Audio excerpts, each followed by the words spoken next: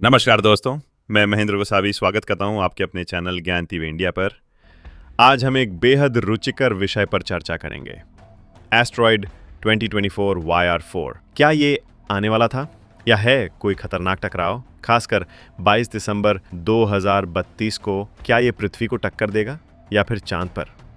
आइए वैज्ञानिक तथ्यों के साथ इस रहस्य की खोज करें। दोस्तों, 2024 और 4 कीज 27 दिसंबर 2024 चिलीज एटलस सर्वेक्षण द्वारा की गई थी। प्रारंभ में वैज्ञानिकों ने अनुमान लगाया था कि इस एस्टेरॉयड का व्यास लगभग 53 या 67 मीटर है, यानी लगभग 15 मंजिल की इमारत के बराबर।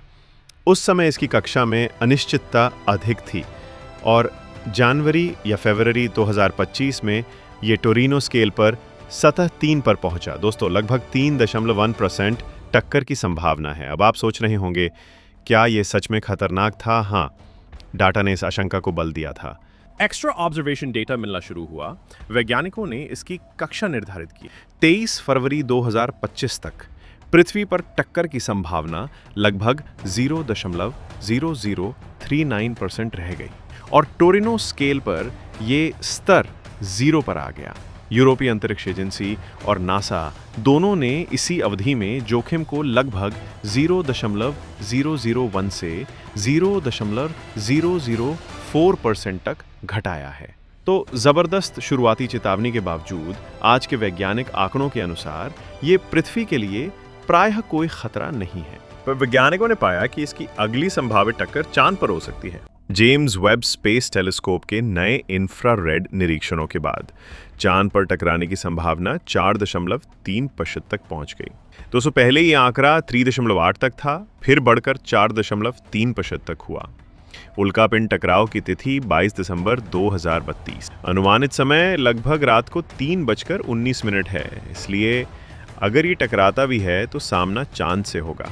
पृथ्वी इससे सुरक्षित है। दोस्तों, क्या चांद पे हमले का कोई वैज्ञानिक महत्व होगा? बिल्कुल। आधिकारिक मॉडल बताते हैं कि ये टक्कर 6 मेगाटन TNT ऊर्जा रिलीज करेगा और 1 किलोमीटर चौड़ाई का क्रेटर बना सकता है। दोस्तों, इसकी अनुमानित गति 1379 किलोमीटर प्रति सेकंड होगी। दोस्तों, चांद की कक्षा पर इस टक्कर से कोई असर नहीं होगा, लेकिन इससे निकले मलबे में से 10% निर्जन यात्रा कर पृथ्वी के पास आ सकता है, जो उपग्रहों के लिए खतरनाक हो सकता है के दृष्टिकोण से बेहद महत्वपूर्ण है।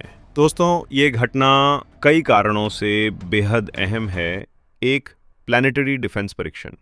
ये ट्रायल रन जैसा मौका है कि कैसे हम भविष्य में बड़े खतरनाक एस्टेरॉयड का मुकाबला करेंगे। 2, डेटा में सुधार।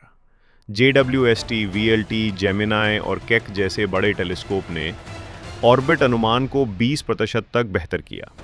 3, उपग्रह की सुरक्षा। संभावित मलबे का असर उपग्रहों पर पड़ेगा। इससे भविष्य की रक्षा नीतियों पर असर पड़ेगा। चांद पर दृश्य का तमाशा। अगर टकराव दिन में होता है तो विस्फोट का चमक चांद के सामान्य चमक से भी अधिक हो सकती है। दोस्तों, कुछ वैज्ञानिक मानते हैं कि ये दिन में भी दिखाई दे सकता है। दोस्तों, 17 दिसंबर 2033 को ये पृथ्वी के नजदीक फिर आएगा। विज्ञान समुदाय तैयार रहेगा और JWST पुनः उपयोग में लाएगा। उस दौरान ऑर्किड और आकार पर और भी स्पष्टता मिलेगी। तो दोस्तों, इस एस्टेरॉयड का पृथ्वी को टकराने का लगभग कोई खतरा नहीं। चांद पर 22 दिसंबर 2032 को संभावित टक्कर हो सकती है। ये एक दिलचस्प वैज्ञानिक घटना हो सकती है। दोस्तों, ये घटना प्लैनेटरी डिफेंस, स्पेस टेक और उपग्रह रक्षा के लिए एक अच्छी सीख होगी। यदि आपको ये जानकारी क्लियर और इंटरेस्टिंग लगी हो तो लाइक, शेयर और हमारे चैनल को सब्सक्राइब करना ना भूलें। आप नीचे कमेंट कर सकते हैं कि आप किन अंतरिक्ष विषयों पर अगली बार वीडियो चाहते हैं। धन्यवाद और अगली बार फिर मिलेंगे।